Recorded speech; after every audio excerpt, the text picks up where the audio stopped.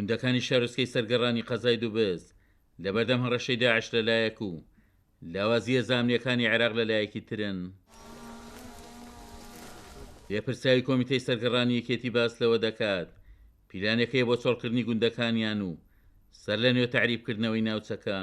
بەڕاستی خەڵکی گوندەکان هەر شوێنە لە شوێنی خۆی تا بەیانی ناخەوێ واز بگرێت، یعنی ئەمە ناکرێت تۆ لە گوندێدانیش ڕۆژانە خەریک جوتیاری و مەرداری بیت بە شەویش تا بەیانی واجبات بگری لە گوندەکان. ئەم واجباتەوە ئەم پاراستنی ئەمنیەتە لەسەر هێزی ئەمنیە ترەگە بتوانین ئێمە هێزی پێشمەرگە و ئاسایش بگەڕێنێ بۆی کە پێشتر پارێزا بۆ شوێنانە کەس نەیتوانێ بتێنە، بەڵام بەداخەوە ئێستا ناتوان نەک بشوان بیت پارێزن نایپارێزن. ئەمە هینی لە دوایە ئەوە نەبێ بڵێ بین بێن نەتوانن عن قەز نایکەن بۆی هەتا خەڵک نیگەران بێت و گوندەکان چۆڵ کات لەگەڵ چۆڵکردنی گوندەکانە هاوردەکان لێنەوە شوێنی خۆیان دانیشن. ئۆجا ئەمە بەڕاستیش وەزعێکی خراپە بۆ ئێمە. ئەم وەزعی ئێمە لە کەرکووکە و خاستەن خودی منطقەی سەرگەڕان یعنی هینێکی زۆر زەختێکی زۆری لەسەرە بۆ تێکدانی وەزعەکە بۆ تێکدانی ئەو سنوورە.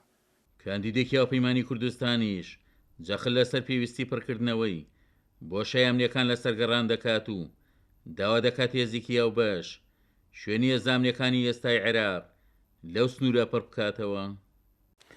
ئەم بۆشای ئەمنیانە وای کردووە جموجۆڵی داعش ڕووی لە زیادبوون ببێت و ڕۆژانە ئێمە ئەوتا دەیبینینەوە جموجۆڵی داعش ڕووی لە زیادبووندایە.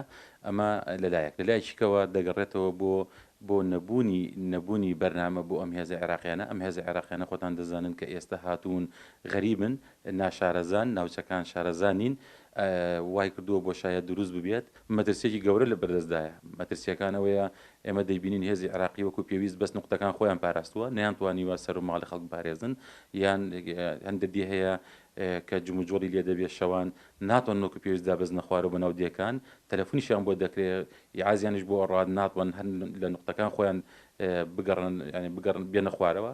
من تەسەورەکەم ناتوانن سەر و ماڵی هاوڵاتیان بپارێزن وەکو پێویست. پێشتر جموجۆڵی عەرەبە هاوردەکان لە پەڵکانە و لە ئێستاشدا پەرستنی جموجۆڵی داعش لە سنووری گوندی شەحەلی کۆن هەڕەشە و مەترسی لەسەر دانیشتوانی گوندەکانی سەرگەڕان دروست کردووە چارەسەر بەو دۆخەش پەلەکردنە لە پڕکردنەوەی بۆ شایەمنیەکان کە لە نێوان هێزی پێشمەرگە و هێزە عێراقیەکان لە ناوچەکە بوونی هەیە. عومەر غەریب، کورسات نیوز، شارۆچکەی سەرگەڕان.